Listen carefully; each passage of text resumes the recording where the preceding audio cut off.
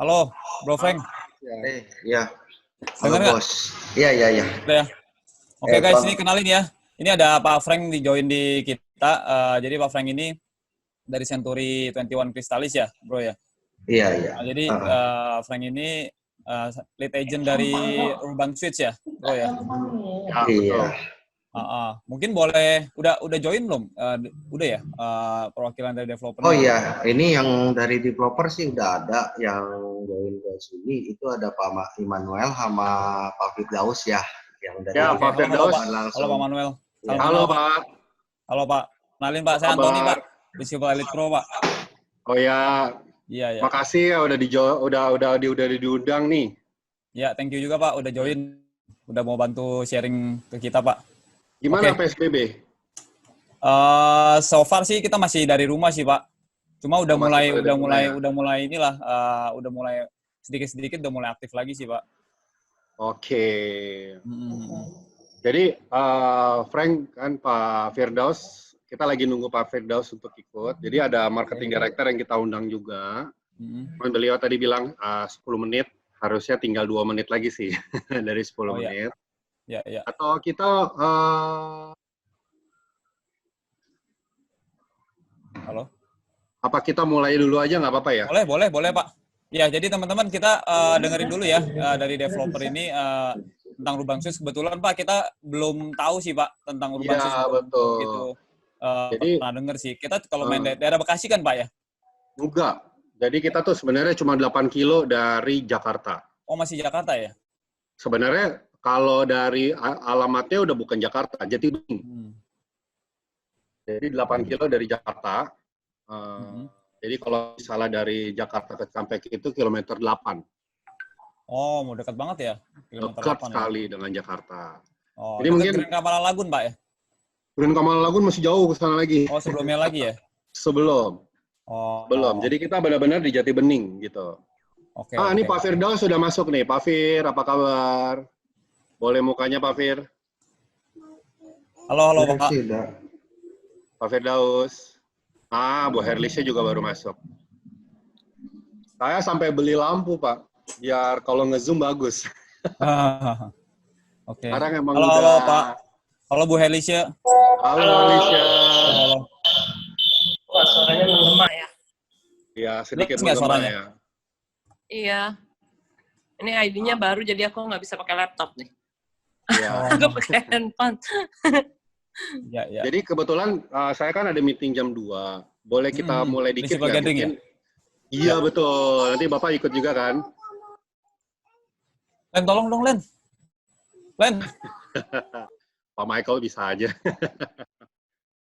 Ya, jadi saya sekilas lah ya. Ini mungkin informasi sedikit tambahan buat teman-teman. Bu Erlisya kenapa mukanya ada 2 ya? Iya tuh, gue nggak tahu background-nya kenapa itu ya. Ya, jadi saya akan sekilas kasih dikit ya. Ini materi juga Pak. Ya. Antoni nanti sebenarnya materi di pembukaannya di prinsipal nanti jam 2 juga ini Pak. Ya, oke Pak. Jadi saya sekilas doang, judulnya New Normal, New Tsunami. Ini sebenarnya buat teman-teman, banyak teman-teman yang bertanya-tanya kan, kita nih COVID nih sampai kapan sih? Betul ya? Kita nih diam di rumah ini sampai kapan sih? Betul ya? Banyak yang nanya-nanya ya. Ya. Jadi Singapura Data Driven Innovative Lab ini udah ngeluarin perkiraan statistik. Ya, jadi diperkirakan tanggal 97% sudah tertangani di tanggal 6 Juni, teman-teman. Jadi sebenarnya tinggal sedikit lagi nih. Terus 99% itu udah tertangani itu tanggal 23 Juni. Makanya sekarang banyak yang mulai diperlonggar kan, PSBB, transportasi dibuka lagi. Jadi sebenarnya ngarahnya ke situ karena kita udah mulai, the curve-nya udah mulai flatten. Ya. Nah, pernah nggak kita mengalami hal ini sebelumnya? Ternyata Asia pernah mengalami hal pandemi sebelumnya di tahun 2003. Jadi kalau saya memberikan gambaran di sini, ya, sebelum kasus pertama, ekonomi itu cuma segini nih. Terus kasus pertama terjadi, dia stuck di sini kan. Pada saat secara dunia itu udah mulai turun dan WHO sudah mendeklar SARS itu selesai, ekonominya itu melonjak naik. Oh. Kita nggak tahu kita bagaimana nanti ya, tapi perkiraan kita bisa melihat berkaca dari belakang. Nah, dengan adanya 6 Juni tersebut, ternyata pemerintah sudah melakukan yang namanya cara-cara pemulihan ekonomi oleh Menko Perekonomian. Ini nanti teman-teman boleh follow Instagram kita. Data-data ini kita mulai sharing di sana. Jadi banyak data-data educational biar kita tuh nggak lagi terbelenggu dengar kiri kanan, oh ekonomi jelek, ini jelek. Mungkin kita mesti bangun semangat kita lagi ya, fighting spirit kita itu. Jadi apa yang terjadi? Ini udah keluar di CNBC. Skenario bulan Juni. Dimulai dari kapan? Dari 1 Juni. Industri dan kantor akan mulai buka.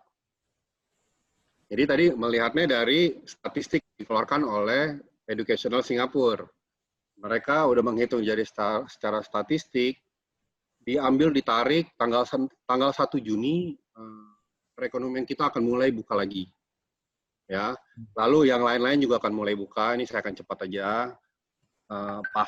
Mall akan mulai buka 8 Juni, dan lain-lain akan yang salon, spa, yang kontak-kontak belum boleh buka, sampai nanti 100% itu di bulan Juli. Jadi ini mungkin teman-teman udah mulai keluar ya. Banyak mungkin yang ada yang di sharing-sharing WhatsApp ya. Ini sebenarnya adalah pemulihan ekonomi tahapan-tahapan yang dilakukan oleh pemerintah. Nah, dengan tadi data ini, ternyata IMF, ini keluarnya di detik, itu mengeluarkan bahwa, ini Detik Finance ya, prediksi Republik Indonesia, GDP-nya itu 8,2. Artinya kalau ditarik ke sini, 8,2 itu adalah GDP tertinggi Indonesia sepanjang masa dari tahun 67. Ini positifnya buat kita ya. Tinggal pertanyaannya itu kita siap nggak mau menangkap itu. Kenapa? Saya kasih sedikit nih ulasan. Ini sebenarnya adalah siklus properti. Mungkin Bu Lisha udah tahu lama nih, udah sekitar mungkin 5 tahun namanya siklus properti. Teman-teman juga udah pada tahu. Cuman mungkin saya akan mencoba merimain teman-teman. Kita pernah terjadi krisis 2 kali. Betul ya? Di tahun 98 dan tahun 2008. 2008 itu krisis home mortgage yang mulai dari Amerika. Menjelang dari krisis, diikutin oleh property sunrise.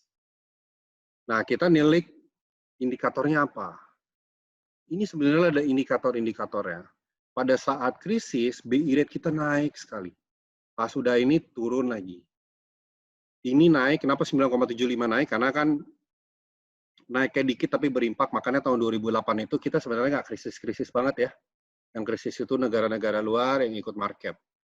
Tapi imbasnya kena lagi, yang namanya property sunrise, yang kita teman-teman agent properti pasti yang namanya jualan properti apapun cepet banget kejualnya. Ternyata tahun ini, tahun 2020, indikator kita dari 6 turun ke 4,1. Per hari ini 4,1. Ya, jadi indikatornya sudah ada. Kita melihat ke spion di belakang. Ternyata Asia udah pernah terjadi pandemi dan habis pandemi itu naik. IMF memprediksi kita naik. Kita siap nggak? Itu pertanyaan pertama. Ya, apa yang akan terjadi? Itu yang namanya new normal ya. New normal itu yang kayak kita sekarang nih, bahwa kita meeting juga sekarang pakai Zoom ya. Nah, kita memprediksi akan ada yang namanya seleksi alam. Jadi konsumen itu ada atau nggak ada yang masih melakukan investasi. Bahkan ada master franchise nih, saya kasih contoh master franchise lain di Instagram lain, setiap hari itu tulisannya closing, congratulations, closing, congratulations. Artinya masih ada konsumen yang melakukan investasi. Tapi mungkin yang terjadi adalah ada yang namanya selektif alam. Dia mau investasi properti seperti apa nih yang harus berinvestasi. Nah, di sini mungkin saya akan sedikit sharing bahwa kita harus memberikan satu media investasi properti itu yang kita namakan produktif properti. Kenapa harus produktif? Karena properti itu tidak liquid. Benar ya teman-teman ya? Jadi ini sekalian interaksi, kalau ada yang ini boleh tanya juga. Kenapa tidak liquid? Karena kalau kita punya properti, kita punya rumah, kita butuh uang besok, kita jual besok belum tentu kita dapat duitnya. Ya. Tapi kita harus yang punya properti itu harus menjadi aset. Ya, kenapa? Karena ada capital gain dan yield. Tapi hati-hati. Properti itu ada dua. Ada yang jadi aset, ada yang jadi hutang. Dari mana tuh? Gampang aja. Kalau unitnya tersewa, ngasih kantong duit ke kantong kita, jadi passive income, itu namanya aset. Kalau properti itu tidak tersewa, artinya itu jadi hutang, karena setiap hari kita keluarin setiap bulan kita keluarin service charge, biaya air, biaya dan lain-lain, ya. Dan tentunya kalau yang namanya properti itu aset, artinya produktif properti. Karena kalau mudah tersewa, pasti mudah terjual. Kenapa? Karena semua orang bermimpikan punya passive income, benar ya? Cuman di sini kita mesti lihat fakta dan future potensialnya. Faktanya apa? Saya kasih contoh. Semua infrastruktur yang dibangun oleh pemerintah, itu nggak ada yang pernah sepi.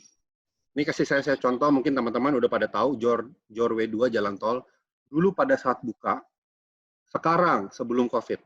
Ya kalau setelah COVID mungkin jadi sepi ya, karena nggak ada yang keluar. Yang kedua apa? Kita tahu bahwa 2-3 tahun terakhir, kita paling gampang jual yang apa? Yang nempel dengan namanya moda transportasi. Ini dari Kompas, Blok M itu naik 15.000 dalam setahun. Okupansinya naik dari tahun 2018 ke 2019. Mungkin 2020 sudah naik lagi. Itu faktanya. Future potensinya apa? Masih menarik nggak sih sebenarnya investasi di properti? Nah, sebenarnya kalau teman-teman masih ada yang bertanya gitu ya, kenapa sih kita itu 2016, 2017, 2018 itu ekonomi itu datar-datar aja. Banyak yang bertanya kan ya. Saya kasih jawabannya sebenarnya. Karena di tahun 2018, deposito kita 6,2%. Tahu harga sewa kita cuma 5,5%. Turun dari 10% menjadi 5,5. Ya, artinya ya memang jadi kurang menarik beberapa tahun terakhir ini. Ya, tapi masih nggak sih sebenarnya apartemen ini menarik? Masih. Ada dua. Yang satu adalah belilah apartemen di kawasan dekat yang namanya sekolahan, universitas gede, karena dia menjadi demand generatornya. Yang kedua, carilah yang TOD. Nah, yang ini yang kita mau bahas pada teman-teman. Project Urban Sis itu adalah TOD, tapi nanti dulu TOD-nya seperti apa. Nah, sebenarnya ini yang pembukaan dari saya. Ini contoh doang nih ya.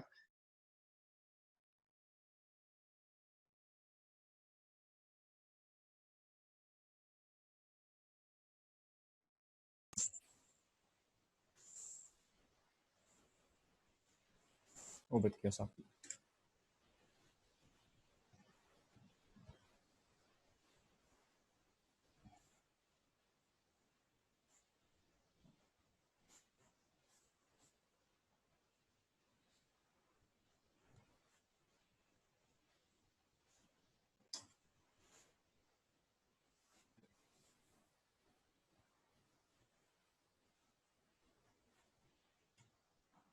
Nah, kira-kira begitu. Nanti TOD mungkin saya akan skip lagi, nanti akan dijelaskan di PK.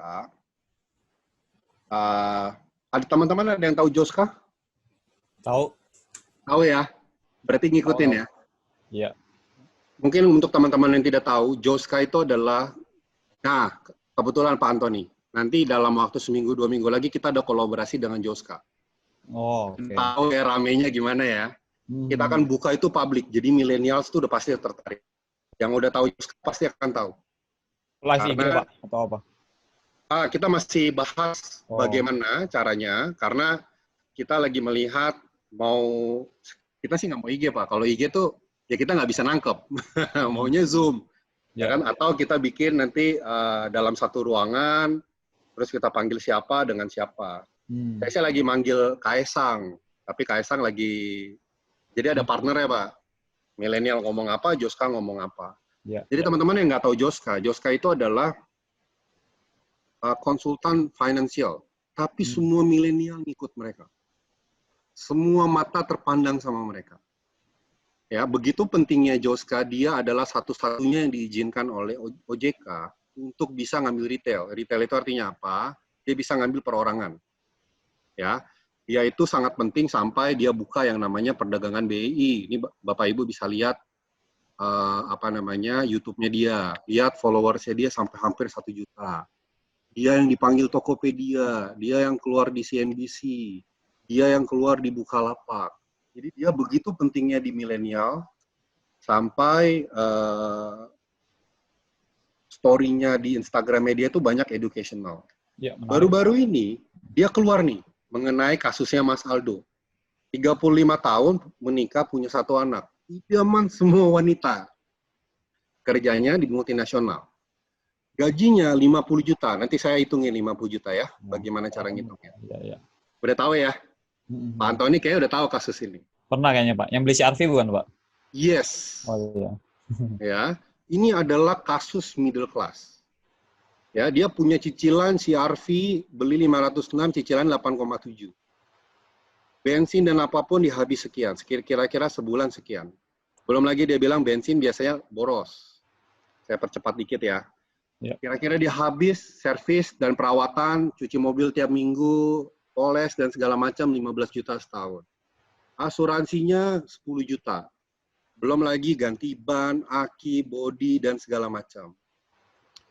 Ya, lalu kena pajak 1,5%, kira-kira setahunnya 7,1. Oh, coba yuk kita menilik sedikit. Ternyata dia ngeluarin uang itu 209 juta setahun. Kalau dibagi 12, dia ngeluarin 17 juta setahun. Hanya untuk mobil pribadi. Dengan 34%. Jadi kalau 34% dari 17, gaji dia 50 juta. Oke, berapa banyak orang yang punya uang 50 juta? Nggak banyak Pak ya, kayaknya. Kelasnya nggak banyak karena itu harapan semua bangsa kayak gaji 50 juta. Ini yang kita mau naikin. Jadi nanti di PK akan dijelaskan, ternyata ini baru dari biaya-biaya kecil. Belum lagi biaya-biaya yang akan muncul karena adanya pergerakan kereta api. Sebenarnya itu. Ya, jadi lesson learn. Jangan-jangan bawa mobil pribadi itu menyeret kita ke kesulitan pribadi, kesulitan finansial. Ya, jadi summary-nya dari ini sebenarnya ada 4. Kita tuh masuk dalam kondisi baru, new normal. Kita tuh sebagai konsultan properti siap nggak terima rebound, ya, ngikutin arus atau kita kegulung tsunami. Kenapa saya mencoba ngomong gini? Karena saya mulai ikutin beberapa developer lain juga. Kok ceritaannya, bawaannya kurang enak gitu ya, maksudnya kurang semangat. Jadi mungkin kali ini saya kasih semangat dikit. Ke depan tuh ternyata sekelas IMF udah bilang kita 8,2. Ya. Kemudian yang kedua, prediksi kita adalah konsumen akan menseleksi produk apa yang dia mau. Ya. Jadi tentunya kita harus mengetahui fakta. Kenapa kita harus tahu fakta? Jadi kita menjelaskan ke konsumen bisa lebih baik. Lalu mungkin moga-moga di PK kali ini bisa menambah pengetahuan Bapak Ibu sekalian apa yang akan terjadi di dalam TOD 5 tahun ke depan. Ya. Tsunami next-nya itu apa? Udah pasti bye-bye kendaraan pribadi. Bye-bye itu yang namanya Gojek. Gojek Car. Makanya Gojek sekarang mulai bergeser ke yang lain. Massage ini, jual emas di Gojek. Ya. Terus sebenarnya biaya mempunyai kendaraan pribadi itu 2 kali dari yang dijelaskan tadi. Oh bisa? Nanti saya jelaskan.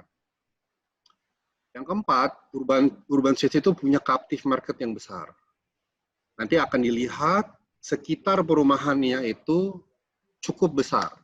Kira-kira gitu. Ya. Yang pembukaan dari saya cukup banyak sebenarnya, pembukaannya bukan pembukaan malah udah panjang ya. Keren Pak, tapi keren. Ya, boleh minta slide-nya nggak Pak nanti Pak? Boleh Pak, tapi nanti habis Oh, ya. prinsipal ya Pak. Ini Siap, Pak Antoni sebenarnya malah udah tahu duluan. Ini sebenarnya kita butuh Pak. Kenapa? Karena saya melihat kok jangan sampai gitu Pak ya. Fighting spirit kita tuh melemah sekarang. Kondisi Ya. sekarang itu adalah kondisi di mana kita itu harus mempunyai cara baru. Jadi kita nih developer ya Pak, di developer itu kita bahkan udah sampai sekitar 20 lebih setiap hari loh kita PK. Masih ada orang yang mau dengar. Iya, Bu Lisha bisa tahu tuh. Malah nggak tapi terbatas sebelum- waktu ya Pak ya? Kenapa? Udah nggak terbatas waktu sama jarak lagi ya sekarang ya? Sebenarnya WFH itu lebih capek Pak. Lebih sibuk Nggak ya? ada batas lagi antara jam kerja jam nggak. Iya, iya. Sebelumnya Pak Firdaus boleh angkat suara, ada Pak Firdaus di sini. Pak Firdaus. Halo. Halo, Pak. Ini adalah Halo Pak. marketing director. Halo, Pak. Halo, Mohon siang maaf, Pak. Pak Fir. Siang. Ya, siang Pak Firdaus. Selamat siang, Bu Lisa, Ya. Pak Antonius, teman-teman Ya. semua. Apa kabar semuanya? Baik. Baik, baik. Sorry, saya pakai masker ya, karena di kantor ini banyak orang. Jadi SOP-nya harus pakai masker. Ya. Oh, Jadi kita ini mungkin ada Maaf. Jadi produk kita tuh begitu milenial sampai Pak Firdaus tuh pakai Supreme masker. Waduh, Oh, iya. bisa aja nih Pak Manuel. ini Oke, kenapa Pak ada Antoni, garis mungkin, ya? biar Ini ada kita garis nih. Iya, sorry Manu. Ini kenapa ada garis hitam ngeblok begini ya? di mana? Di samping sebelah kanan sama di atas ya? Oh ya, soalnya gue lagi buka ininya thumbnailnya. Ini udah hilang belum? Oh, Udah. Cuma yang sebelah, ya oke. Udah. Ya. Yang atasnya masih sedikit tuh, Manu. Dikit ya. Oke. Jadi Pak Fir, karena waktu kita mepet ya Pak, mungkin Ya, Pak ya. Antoni kalau boleh nanti kita ada lagi Pak. Ya, Boleh, join boleh. lagi. Lagi kita ada Tontonnya lagi. join Jadi- lagi, jam 2. Q&A-nya nggak mungkin sama teman-teman juga, sama Ya, ya, teman-teman dari Elite Iya, Pro. Jadi teman-teman Elektro. ya kita bisa Barengan. lebih banyak Ya, tanya betul. jawab gitu ya. Ya. Mm-mm. Jadi mungkin kita akan masuk ke PK teman-teman. PK-nya ini kita bikin udah benar-benar 15 menit, 21 menit ternyata. Ya, jadi kita akan mulai nggak apa-apa ya. Ya, mulai aja Pak. Silakan. Mepet waktunya ya. Pak, jam 2 kan kita ketemu lagi Pak. Ya, oke. Teman-teman tadi pembukaannya udah. Nah, boleh bantu teman-teman coba kita lihat ini. Ini sangat menarik sekali. Ya, Manu bawahnya masih ngeblok ya?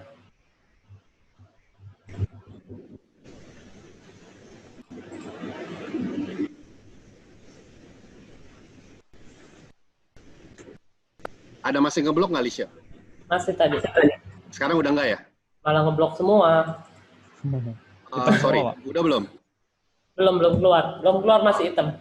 Bentar ya, sorry. Ini Ya. Lisha internet lo kali. Hah? Masa sih? Nah, ini udah, Udah, Pak. oke. Udah, oke. Oke, kita mulai Oke. ya. Ya. Halo urban people, kita tahu Jakarta saat ini merupakan kota megapolitan yang sangat macet, bahkan mendapat predikat polusi terburuk di dunia. Oleh karena itu pemerintah saat ini sedang gencar melakukan program khusus untuk mengurangi kemacetan. Salah satunya yang fenomenal yang kita dengar belakangan ini adalah pembangunan transportasi berbasis rel yang mendukung yang sudah ada yaitu KRL. Dengan LRT, MRT, maka semuanya ini akan menjadi terintegrasi menjadi satu. Nah, untuk itulah kami UJP hadir dalam konsep TOD, membangun satu hunian, satu mixed use development terpadu dalam satu kawasan. Sebelumnya kami akan memperkenalkan diri. Perusahaan ini awalnya didirikan tahun 1995 dengan nama PT Samsung Development. Pada tahun 2016, PT Samsung Development mengubah namanya menjadi PT Urban Jakarta Propertindo. Dan pada tanggal 29 November 2018, UJP resmi mencatatkan dirinya sebagai perusahaan publik atau terbuka dengan kode URBN dicatatkan pada Bursa Efek Indonesia BEI. Proyek pertama kami yaitu Gateway Park. Kita lihat sebelah kiri adalah master plan-nya, dan di sebelah kanan adalah proses pembangunannya. Ketika developer lain jualan dulu, baru bangun, nah kami sebaliknya. Kemudian proyek kedua yaitu Urban Sky. Di sebelah kiri juga master plan-nya, dan di sebelah kanan adalah proses pembangunannya. Lanjut, proyek ketiga adalah Urban Signature. Di sebelah kiri adalah master plan-nya, dan di sebelah kanan adalah progres fisiknya. Nah, yang keempat adalah Urban Suites yang segera akan kita luncurkan.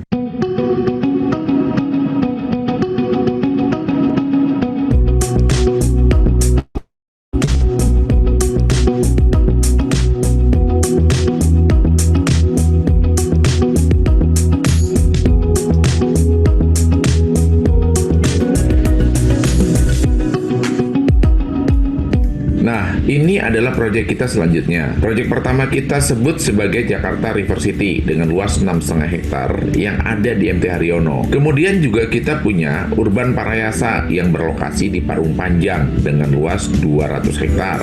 Kita juga punya proyek 200 hektar di Kerawang yang kami sebut Urban Kerawang. Proyek ini memiliki stasiun kereta api cepat Jakarta-Bandung. Jadi semua proyek ini berkonsep TOD ya. Jadi UJP berdiri di tahun 2016 dan saat ini di tahun 2020 hanya dalam 4 tahun kapital marketnya sudah melejit mencapai 8 triliun. Ini suatu perusahaan baru yang begitu cepat pertumbuhannya, dan 5 juta meter persegi SKA yang sudah, sedang, dan akan dibangun oleh UJP.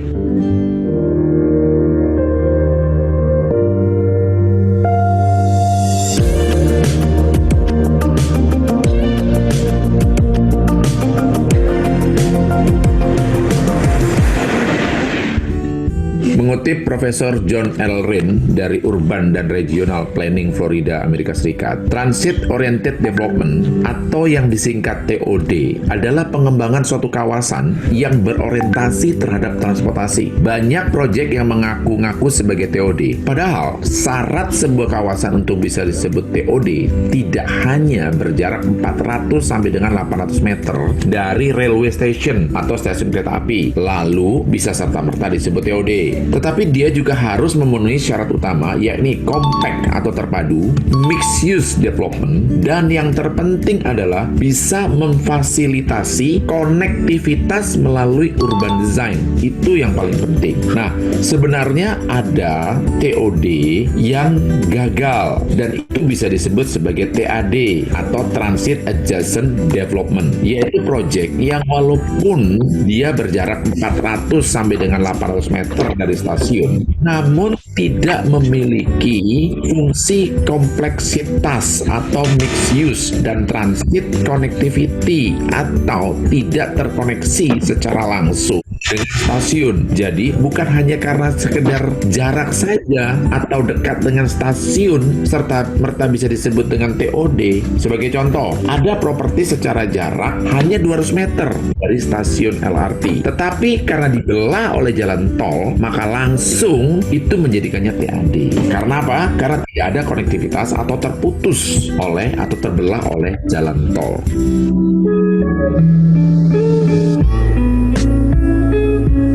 Urban Suites berlokasi di kilometer 8 tol Jakarta Cikampek. Kalau kita lihat sebelah kiri yang seperti cangkang panjang itu adalah bangunan stasiun LRT Cikunir 1, dan yang sebelah kanan yang di blok warna emas itu adalah lokasi Urban Suites. Kalau kita lihat sekelilingnya rumah-rumah menengah ke atas, sehingga captive marketnya pun sangat tinggi. Nah, ini adalah peta terbaru Master Plan Transportasi Berbasis Rel yang terintegrasi dari kawasan Bodetabek, Bogor, Depok, Tangerang, Bekasi ke seluruh kawasan di DKI. Kalau kita lihat, Urban Suite ini posisinya ada di stasiun LRT Cikunir 1, kilometer 8 dari Cawang. Ya kira-kira di perbatasan Jakarta Timur dan Bekasi Barat lah. Dari sini kita bisa menjangkau kemana saja tujuan di Jakarta dengan hanya 1 atau 2 kali transit saja. Sebagai informasi, di Jakarta CBD itu sebagai lokasi paling bergengsi dan daerah termahal, tempat pusatnya perkantoran dan perdagangan. CBD itu adanya di Sudirman, Tamrin, Mega Kuningan,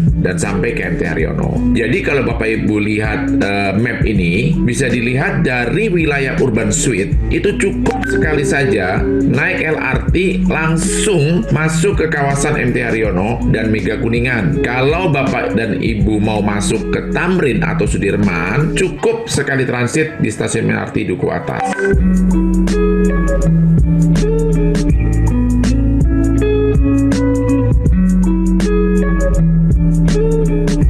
Usaha-usaha apa aja yang dilakukan pemerintah supaya masyarakat nantinya naik kereta. Kalau enggak akan menjadi sia-sia dana yang digelontorkan sebesar itu. Bayangkan, untuk fase 1, 2, dan 3 LRT, MRT, kalau nggak salah itu kurang lebih sekitar 100-an T. Jadi kalau yang naik kereta itu kurang daripada target, maka itu akan menjadi sia-sia. Oleh karena itu kita lihat ya, satu persatu apa saja yang akan dilakukan oleh pemerintah. Yang pertama adalah ERP atau Electronic Road Pricing, yang artinya jalan berbayar. Adalah jika masuk ke kota Jakarta, nantinya harus bayar.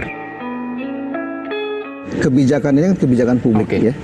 Jadi bukan jadi kebijakan pemerintah, juga kebijakan masyarakat. Oleh karena itu nanti kalau sudah siap semua, kami akan melakukan sosialisasi kepada masyarakat. Nah, kami bekerja di perbatasan. ERP itu harus dikerjakan tahun 2019, tahun 2020. Yang kedua adalah pelebaran pedestrian yang ada di hampir seluruh jalan-jalan besar di Jakarta yang dikampanyekan oleh ITD, Institute of Transportation Development Policy, yang akan menunjang konsep TOD itu sendiri. Aneh ya, macet kok malah jalan dikecilin. Harusnya kan dilebarin. Nah, dengan demikian artinya pemerintah sudah melakukan upaya untuk masyarakat mulai bisa berjalan kaki dengan aman dan nyaman. Yang ketiga adalah BBN atau biaya balik nama. Kalau Bapak Ibu punya mobil di Jakarta, biaya balik nama ini akan naik lagi menjadi 12,5%. Jadi kalau mau punya mobil, sekaranglah saat yang tepat. Surganya punya mobil. Nanti makin susah loh punya mobil di Jakarta. Kemudian yang keempat, tarif tol dalam kota akan naik. Nah, bisa dilihat nih adalah berita Kompas tanggal 31 Januari 2020. Berita baru nih. Dia akan terus naik, dan terus naik. Selanjutnya apalagi? Yang kelima adalah penyebaran jalur-jalur sepeda yang sekarang juga sudah ada perdanya loh. Jadi kalau Bapak Ibu sekalian melanggar jalur sepeda, hati-hati, pasti akan kena tilang. Jadi sekarang naik mobil di Jakarta ini semakin susah dan sulit. Yang keenam nanti akan ada jalur-jalur khusus untuk pengguna skuter supaya lebih aman dan nyaman dalam mengendarai moda transportasi praktis tersebut. Kemudian apalagi? Yang ketujuh, CCTV akan semakin diperbanyak lagi. Karena kalau kita lihat sekarang nih Jakarta, baru ada sekitar 5.000 unit. Yang kedelapan, jika nanti semua transportasi massal di Jakarta sudah beroperasi, maka BBM bersubsidi di Jakarta pasti akan dicabut. Jadi hanya akan ada 2 BBM, yaitu solar dan bensin non-subsidi.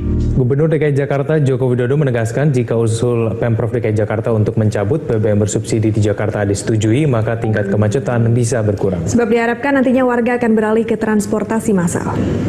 Ini kan dimulai dari kemacetan. Dari kemacetan di DKI Jakarta, ya kan? Semua jurus harus digunakan untuk mengatasi ini.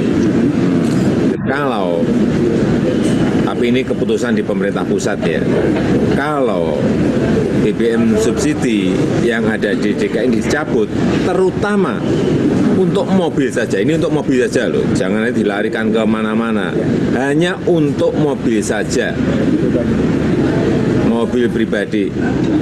Tetapi untuk sepeda motor, untuk truk, untuk bus, dan lain-lain tetap.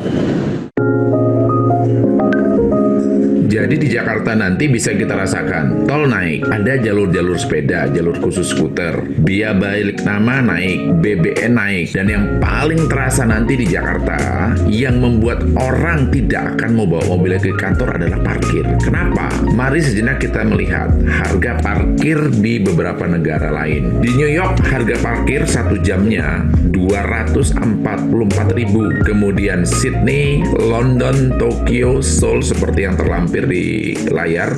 Dan yang paling dekat adalah Singapura, per jamnya 50.000. Kalau kita lihat di Jakarta berapa Bapak Ibu sekalian? Baru 5.000 per jamnya. Murah sekali bukan? Artinya apa? Harga parkir ini akan terus naik sampai pada level tertentu. Paling tidak sama dengan Singapura. Pertanyaannya, benarkah harganya akan terus naik? Mari kita simak video yang dirilis pada 20 Februari 2020. Berikut ini. Pemerintah provinsi berencana menaikkan tarif pajak parkir di DKI Jakarta. Rencana kenaikan pajak parkir di DKI ini disampaikan Sekretaris Bapenda DKI Jakarta, Pilar Hendrani di Jakarta. Menurut Pilar, kenaikan pajak ini tak semata-mata untuk meningkatkan pendapatan asli daerah, tapi untuk mendorong pengguna kendaraan pribadi agar beralih ke transportasi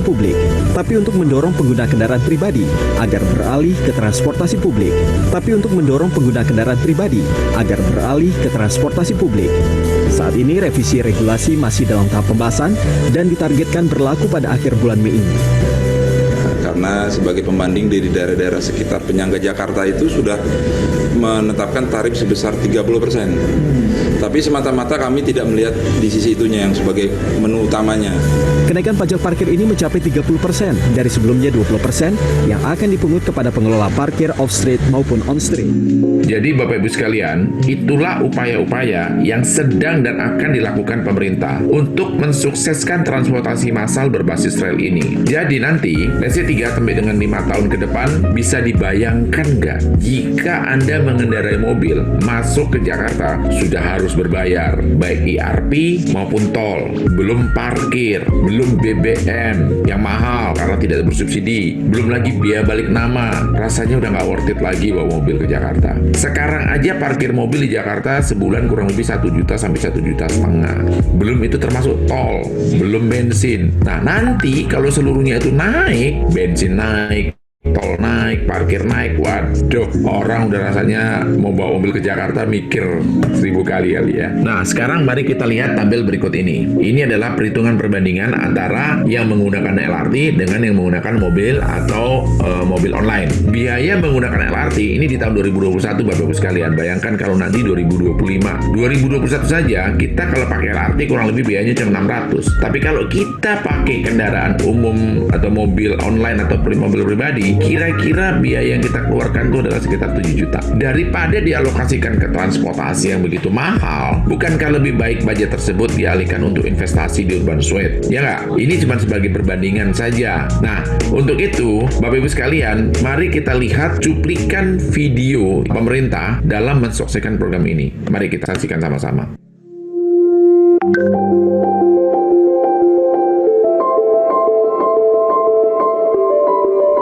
Ragam etnis dan budaya, ragam kepentingan dan harapan menyatu di sini. Megapolitan Jakarta.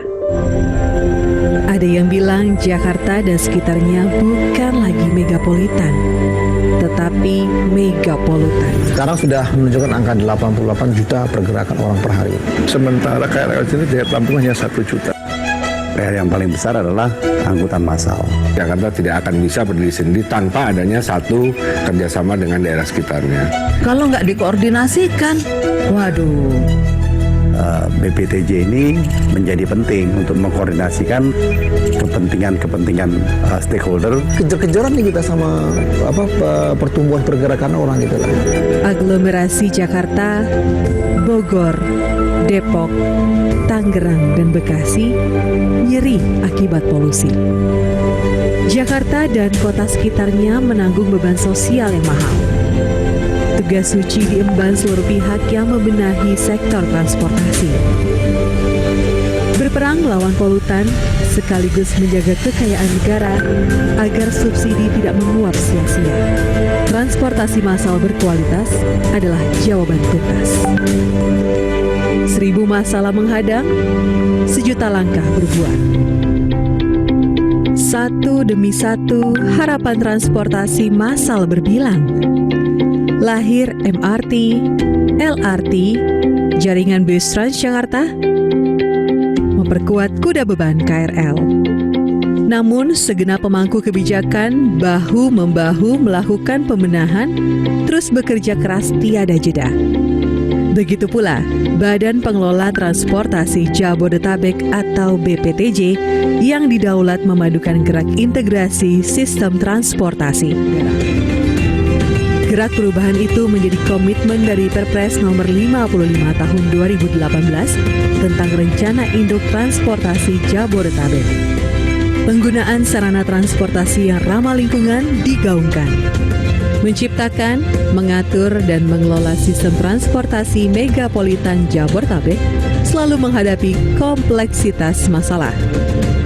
Namun, tak ada yang mustahil demi menghadirkan transportasi Jabodetabek tanpa polusi.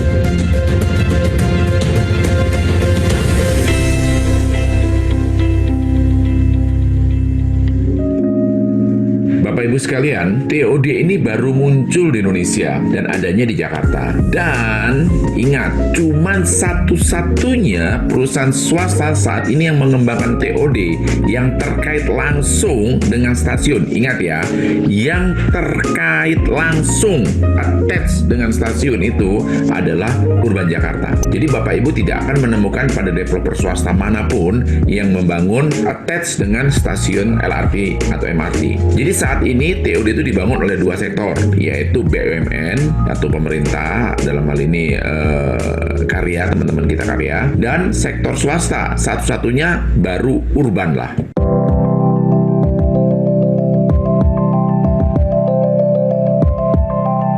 Nah, inilah dia proyek Urban Suites. Satu-satunya proyek yang memiliki 3 private access. Pertama, yang berwarna hijau itu adalah jalan umum, jalan utama. Kedua, yang di tengah, yang warna hijau, itu adalah akses tol direct langsung masuk ke Urban Suites tanpa masuk ke jalan utama lagi. Nah, yang ketiga, yang warna ungu, itu adalah akses langsung stasiun LRT yang nempel dengan properti kita. Jadi Anda cuma selangkah saja sudah masuk dalam kawasan Urban Suite. Nah, inilah Urban Suite yang akan kita luncurkan segera di pertengahan tahun ini. Produk ini sangat-sangat limited, tidak ada di tempat lain lagi, limited supply. Hanya selangkah saja dari stasiun untuk masuk ke Mall Urban Suite, Bapak Ibu sekalian sudah dapat langsung menikmati fasilitas melting pot di Urban Suite. Sebagai perbandingan, saya ambil satu contoh. Bapak Ibu pernah mengunjungi Blok M Plaza? Kurang lebih di tahun 2018 itu kalau kita lihat ke sana atau kita datang ke sana itu sepi sekali. Ya, sekitar 10 ribuan pengunjung lah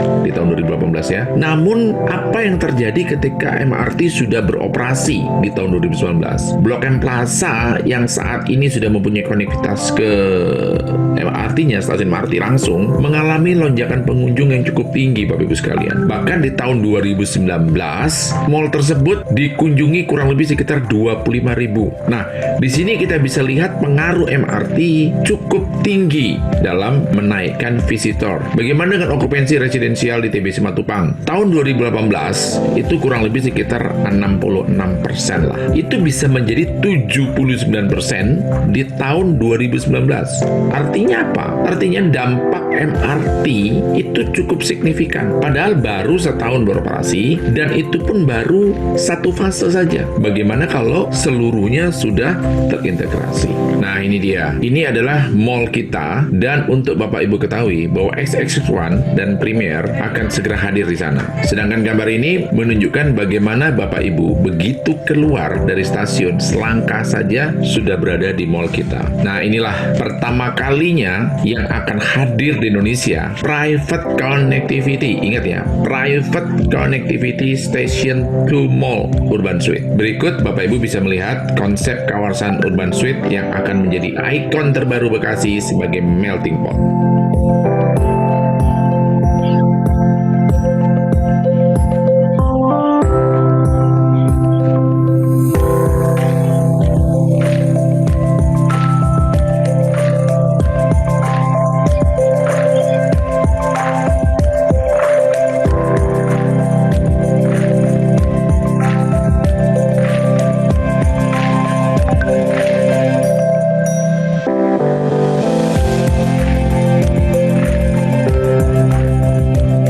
Ini adalah master plan Urban Suite. terdiri dari 2 fase.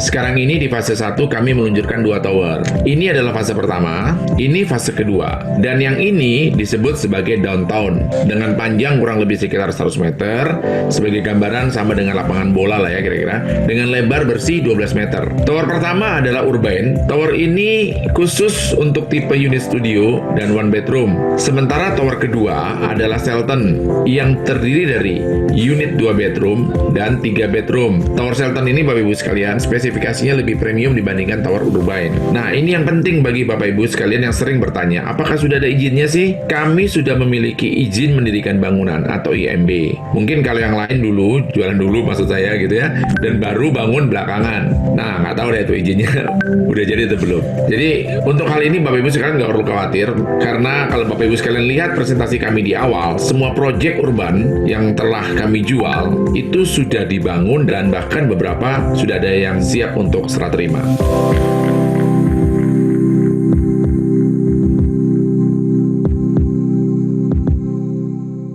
Iya.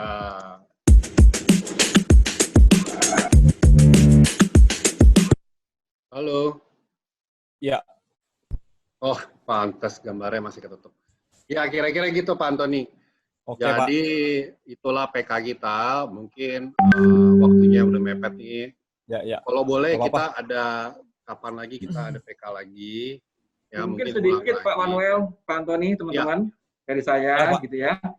Mungkin saat ini teman-teman bisa melihat ya di seputaran tol dari arah Jakarta ke Cikampek itu banyak sekali apartemen ya. Jadi banyak penjual apartemen.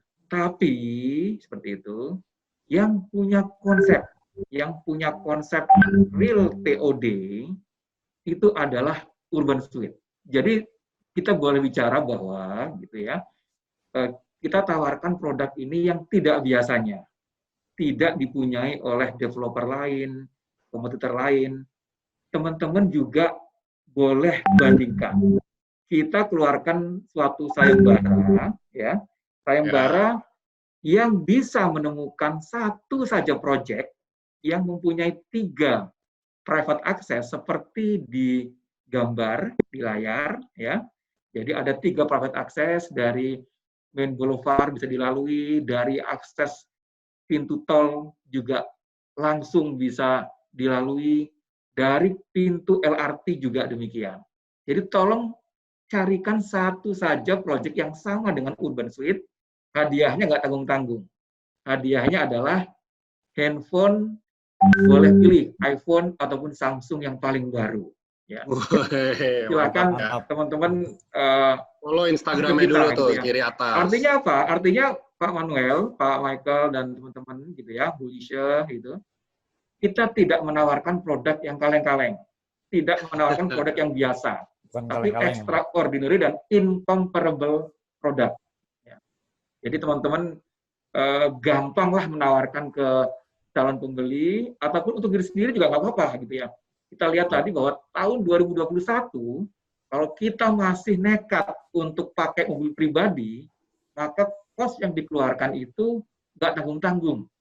IRP ada, kos untuk tol naik, parkir naik, ya kan? Belum kena tilang karena banyaknya CCTV, ya kan? Itu bensin naik, ya kan? Teman-teman bisa saving sekitar 6 sampai 7 juta rupiah per bulannya. Kalau men-switch atau mengganti dari kendaraan pribadi, ya, menggunakan transportasi massa ini. Urban Jakarta hadir untuk membantu juga salah satunya program pemerintah, gitu ya, untuk mensosialisasikan bahwa yuk kita sama-sama sudah mulai, ya kan, kita mengganti culture kita, kebiasaan kita, untuk yang tadinya pakai mobil pribadi, sekarang sama-sama pakai LRT, MRT maupun KRL, seperti itu.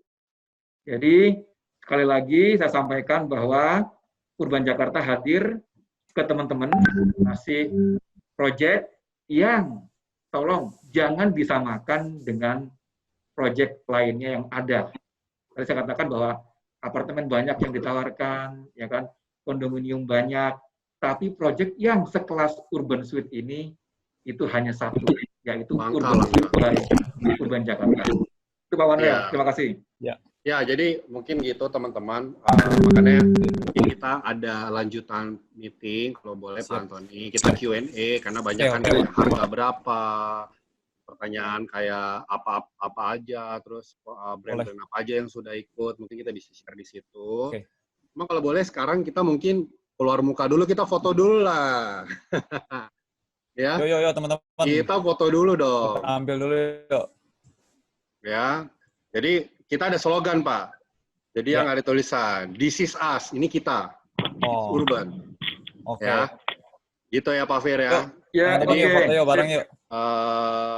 Sambil kita mungkin sambil kasih tanda gitu ya. Oke. Biasanya kita U doang, tapi ya terserah mau kayak gimana. Jadi kalau boleh gitu ya, ini adalah tagline kita. This is us, it's urban ya. 1, 2, 3. This is us. Bareng-bareng dong. This is us.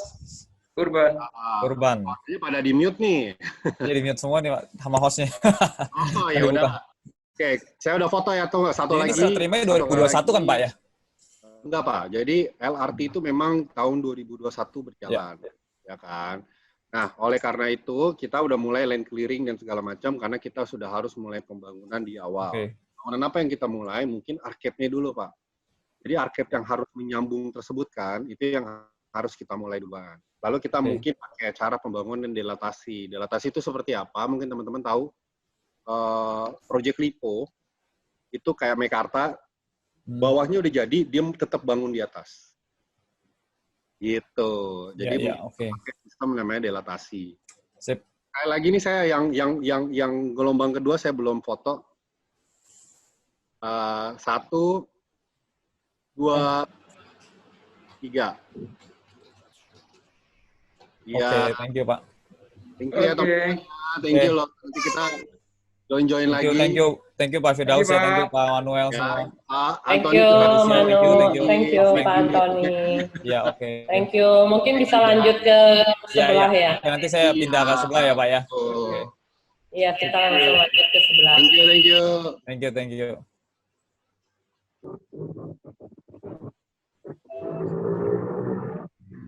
Thank you ya Tom. Oke, thank you bro. Ya, nanti ke sebelah ya. Siap, Mau make up Yuk, ditunggu ya. Thank you. Bye. Bye. Oke, teman-teman. Gimana? Bagus nggak? Yuk. Bagus. Dong. Hah? Bagus. Bagus ya? Berapa itu, Ton? Nanti harga gua share ya. Prices-nya ya. Tapi intinya sih tadi kan video ya, lewat video, tapi videonya aja udah bagus banget sih. Sebenarnya kita tinggal kasih lihat customer untuk nonton aja, sebetulnya kita aja sebenarnya tertarik, bener nggak? Maksudnya konsepnya jelas, karena kan lokasi, apalagi dia di KM8 sih, Cikampeknya KM8, jadi sebenarnya masih deket banget sama Jakarta lah, belum nyampe Bekasi. Masih deket banget lah sama Kelapa Gading, apalagi deket banget sebetulnya ke arah sana. Jadi nanti mungkin waktunya singkat, karena nanti abis ini gue juga ada recapnya sama mereka. Jadi nanti gue share lagi. Mungkin nanti kapan kita setting waktu lagi untuk mungkin kalau ada mau Q&A, tanya jawab ya. Tapi intinya nanti gue share juga produk knowledge lengkapnya. Nanti kita bisa jualan dan bahkan reward. Tadi belum dikasih rewardnya bahkan. Jadi rewardnya itu ada jual 3 kalau nggak salah. Itu rewardnya ke London, ke UK. Jadi tripnya ke Inggris gitu loh. Jadi nanti tetap dapat komisi, ada closing fee juga. Jadi harusnya sih sangat-sangat menarik sih. Nanti makanya boleh. Mungkin mereka juga akan ada... Closing 3 studio doang gitu, bisa? Closing 3 studio doang nanti gitu? Nanti jelasnya ya. Musinya developer. Nanti gue abis ini PK dulu sama mereka lagi yang lengkapnya. Closing fee sih pasti dapat, tapi closing fee-nya nggak gede kayaknya deh. Sekitar 2 juta. Tapi komisinya lumayan. Sama kalau misalkan jual 3, kalau nggak salah ya dapatnya ke UK gitu loh. Dan yang pasti sih sebenarnya gini, yang penting produknya ini bagus gitu loh dan bisa dijual. Jadi yang penting kalau misalnya produknya gampang dijual kan enak lah. Percuma komisi gede-gede bagus kayak gimana, kalau misalnya produknya jelek dan nggak bisa dijual ya sama juga bohong gitu kan. Jadi harusnya ini menarik sih. Pak Michael ada tambahan nggak Pak mungkin mengenai Urban Space ini Pak? Mungkin lebih tahu.